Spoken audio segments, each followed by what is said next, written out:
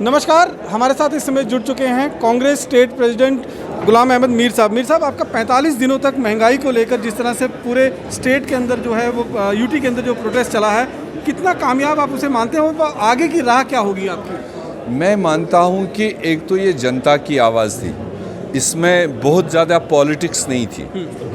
ये प्योरली जो जम्मू कश्मीर की जनता फील कर रही थी कि हमारी कोई आवाज़ उठा नहीं रहा, जो हमारे महंगाई ने लोगों के कमर तोड़ रखा था। Gas, petrol, diesel, transport, road, toll, पानी, बिजली और सब चीज़ों में टैक्सेस लगा करके एक एवरेज आदमी का कमर तोड़ दिया।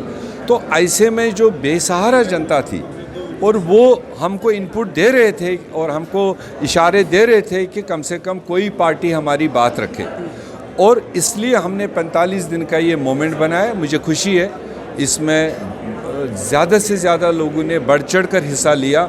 जैसे जैसे सरकार ने हमको रोकने की कोशिश की, इसको ब्रेक करने की कोशिश की, उतना ही ज़्यादा मोमेंटम इसका आगे बढ़ता गया और ये फ़ेज़ 1 के तौर पर हमने हाथ में लिया था। हम अनकरीब ही इसका फ़ेज़ 2 और ज़्यादा लोगों की आवाज़ बनने की कोशिश कर रहे हैं, वो हम अनकरीब आपके सामने अनाउंस करेंगे। जम्मू कश्मीर में अगर बात करें तो आतंकवाद 1990 के दशक से चलता आ रहा है, लेकिन हमेशा बातें की जाती हैं, लेकिन उसको रोकने के लिए कुछ आपको लगता है कि कुछ पॉसिबल कदम जो हैं वो उठाए जा रहे हैं? मैंने ऑलरेडी आपको बता दिया कि हमारी खूबसूरत रियासत को तोड़ फोड़ करने का 5 अगस्त को देश के होम मिनिस्टर ने रीज़न दिया था कि मिलिटेंसी को, उग्रवाद को रोकने के लिए, कम करने के लिए, ख़त्म करने के लिए ये इक़दाम हमारे लिए ज़रूरी था। ले ली हमारी गर्दन। अब 2 साल के लगभग होम मिनिस्टर चला रहा है, भारत सरकार चला रही है इसको। मगर बदकिस्मती ये है कि जो 5 अगस्त से पहले वाले DGPs कहते थे कि 200-250 उग्रवादी अभी रियासत में है और 200 के आसपास बॉर्डर के उस पार है, वही चीज़ आज भी हमको सुनने को मिल रहा है। कोई फ़र्क नहीं आया उसमें। 5 अगस्त के बाद में आज के DGP ने भी एनुअल स्टेटमेंट में ये तो नहीं कहा कि नहीं, अब हमारे जम्मू कश्मीर में कुल 85 मिलिटेंट है।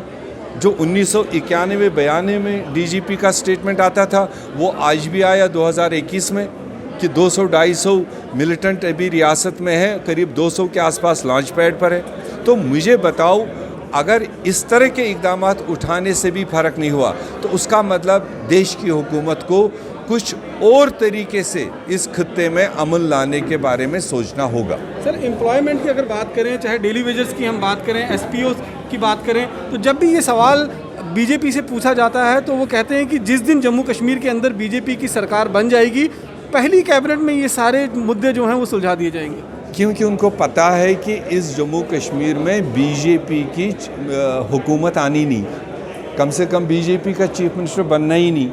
वो उधार पुधार लेकर के कहीं कर सकते हैं, सोच सकते हैं जैसे उन्होंने पहले किया, मगर जब उनको पता है कि BJP का चीफ मिनिस्टर बनना ही नहीं, तो इसलिए वादा ही सीधे झूठा है, तो ये तो धोखा है। तो ऐसे में अगर उनको करना हो, इस वक्त तीसरा चौथा चीफ मिनिस्टर उनका जम्मू कश्मीर में है।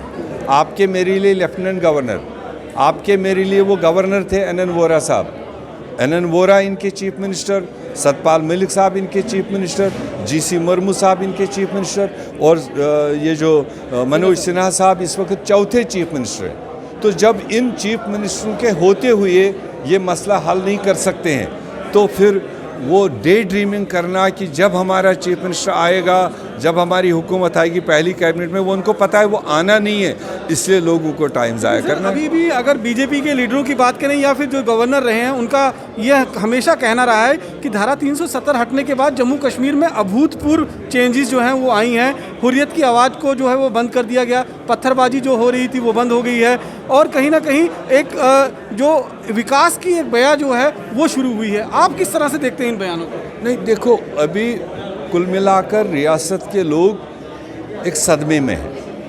मैंने कल भी एक इवेंट पर कहा, मैंने कहा वो छोटी कहीं पर इक्के दुक्के वाक़ात होते थे, वो शायद एज़ पर एक्सपेक्टेशन आदमी किसी को गिला गुस्सा दिखाता था, ये मेरी सुनेगा। इस सरकार के होते हुए जम्मू कश्मीर के लोगों को कोई उम्मीद ही नहीं है, माँ सिवा इसके कि गोली सामने से गोली आएगी। या जो उनकी एजेंसीज़ है वो लग जाएंगी। उसके मारे अगर नहीं होता होगा, मगर सदमा जम्मू कश्मीर के लोगों को है। सबसे बड़ा सदमा है कि हमारी रियासत को यूटी में बदलने का काम क्यों किया। ये इख्तियारात तो वो स्टेट में भी कर सकते थे। इसका मतलब क्या, फिर दूसरी रियासतों में जो हालात हैं आज बंगाल में वो फेस कर रहे हैं कि उसको भी फिर अब यूटी में पहले बदल देंगे फिर वहाँ ठीक हो जाएगा। तो ये सिर्फ एक उनके दिल में जम्मू कश्मीर के लोगों के बारे में एक नफ़रत थी। मैं नफ़रत ही कहूँगा कि इस खित्ते के लोगों को डाउनग्रेड कैसे करें। ये उन्हें कोई स्टेटस नहीं डाउनग्रेड, यहाँ के लोगों के सोच को डाउनग्रेड किया कि जो अपने आप को समझते थे कि हम एक सुपर क्लास है, हम खुदा भगवान ने हमें एक सुपर प्लेस पर किया है, उस ईगो को डाउन करने का इनकी सारी पॉलिसीज़ है अभी। सर, हमेशा से विपक्ष जो है वो जनता की आवाज़ रहती है, लेकिन आपको लगता है कि आज के समय में जो विपक्ष है, खासतौर पर कांग्रेस पार्टी की अगर बात करूं, तो वो कहीं ना कहीं वीक महसूस कर रही है अपने आप को, और अंदरूनी एक राजनीति, एक अंदरूनी खींचातान जो चल रही है वो भी कहीं ना कहीं एक ऐसा प्रतीत करवा रही है कि कांग्रेस बड़ी वीक होती जा रही है। देखो, कांग्रेस पार्टी इस देश की सबसे पुरानी पार्टी है और इसमें इनर पार्टी डेमोक्रेसी बाकी पार्टियों से ज़्यादा है। मतलब यहाँ आदमी खुल के अपनी बात रख सकता है, उसको कई बार विरोध के नज़र से या सपोर्ट के नज़र से देखा जाता है, बट हक है अपनी बात रखने का। तो उसका मतलब नहीं कि हमारा कोई बहुत ज़्यादा कोई ऐसा अनबन है, कोई छीना झपटी है। रही बात रोल प्ले करने की, मेरे ख्याल से जितना इस रियासत में जम्मू कश्मीर ने पिछले 2014 से लेकर आज तक जितना ज़्यादा लोगों की आवाज़ बनने की कोशिश की, मुझे लगता है दूसरी पार्टी या जिनको आप ख़ानदानी कहते हो, जिनके चीफ मिनिस्टर है, फ़र्क इतना ही है, एक एक्स चीफ मिनिस्टर कहीं खड़ा हो जाए तो प्रोटोकॉल एक अलग किस्म का होता है। हमारे में से कोई एक्स चीफ मिनिस्टर कोई है ही नहीं। हम जो भी है सेल्फ मेड लोग हैं, हम किसी बड़े बाप के बेटे तो रहे नहीं हैं। जो कुछ कांग्रेस पार्टी की नुमाइंदगी करें अपने बलबूते पर करें, अपने ताकत पर कर रहे हैं। तो इसलिए कई बार मीडिया के नज़रों से भी हम दूर हो जाते हैं और हम शॉर्टकट्स नहीं मारते हैं सियासत के लिए, वोट हासिल करने के लिए। कांग्रेस पार्टी बुनियादी लोगों की सेवा के लिए पार्टी का वजूद आया है और सो हमारी नीयत आज भी है। सर, आपने कहा कि इनर डेमोक्रेसी जो है वो पार्टी के अंदर है, लेकिन जब G23 के नेताओं ने आवाज़ उठाई तो आज उनको कहीं ना कहीं दरकिनार कर दिया गया है पार्टी से। चाहे गुलाम ये अपने बात उठाने का इनर पार्टी डेमोक्रेसी, जब हम अपने कोरम में अपनी बात उठाए, जब कोरम से कोई बात बाहर जाती है और अंदर कहने के बजाय बाहर अखबारों में उसका चर्चा हो जाए, वो एक्स्ट्रा यूज़ है इनर पार्टी डेमोक्रेसी का। तो उन चीज़ों को पार्टी हाईकमांड अथोराइज है उनको नज़र गुज़र रखने का, उसमें मैं इससे ज़्यादा टिप्पणी नहीं कर सकता। आपको लगता नहीं है कि इस तरह से अगर जो कद्दावर लीडर हैं कांग्रेस पार्टी के, चाहे गुलाम नबी आज़ाद साहब हों, कपिल सिब्बल हों, जो G23 के मेंबर्स हैं, अगर उनको दरकिनार किया जाता है तो पार्टी कहीं ना कहीं अपने आप में वीक हो जाती है? दरकिनार की बात नहीं है, किसने दरकिनार किया? अब देखिए ना, वेस्ट बंगाल में इलेक्शन है, किसी को भी पदभार नहीं दिया, वो तो डिमांड ड्रिवन बनता है। नीचे से डिमांड किसकी आती है उसको हाईकमांड को डिप्यूट करना है। तो हमें अगर मेरी डिमांड बंगाल से आई नहीं कि गुलाम अहमद मीर साहब को भेजो, तो सोनिया गांधी मुझे क्यों भेजेगी? अगर मेरे लिए भी राजस्थान से 2 जगह से डिमांड आ रही है कि जम्मू कश्मीर के PCC प्रेसिडेंट को भेजो, अगर उन्होंने लीडरशिप से बात किया होगा कि मीर साहब को भेजने से मुझे 4 वोट का फ़र्क पड़ेगा, लीडरशिप मुझे हुक्म करेगी, मैं जा सकता हूँ। तो उसमें कोई दिक्कत नहीं। ये डिपेंड करता है नीचे से डिमांड क्या आई है।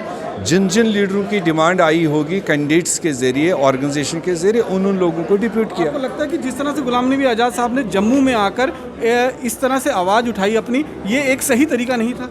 नहीं, मैं तो उस पर कोई टिप्पणी नहीं कर सकता हूँ। वो बेहतर उसका जवाब खुद दे सकते हैं। वो अपने आप में सीनियर, हमारे सबके सीनियर है, इस सवाल का जवाब वो दे सकते हैं। बहुत बहुत शुक्रिया। तो गुलाम अहमद मीर साहब, जिनका साफ तौर पर कहना है कि जिस तरह से गुलाम नबी आज़ाद और G23 के मेंबर्स जो हैं उन्होंने पार्टी फोरम के बाहर आकर जिस तरह से उन्होंने आवाज़ उठाई, वो कहीं ना कहीं एक डेमोक्रेसी को नहीं दर्शाता है और उनका साफ तौर पर कहना है कि इस तरह की बातें हमेशा से पार्टी के अंदर जो हैं वो कबूल नहीं होती हैं। हालांकि उन्होंने कहा कि प्रदेश के अंदर, जम्मू कश्मीर के अंदर जिस तरह से कांग्रेस ने पिछले 45 दिनों तक अपने मुद्दों को उठाया है, उन मुद्दों को आगे भी वो भुनाती रहेगी, उठाती रहेगी और जनता की आवाज़ बनती रहेगी। बाकी की अन्य खबरों के लिए जुड़े रहें जम्मू लद्दाख विज़न के साथ। नमस्कार।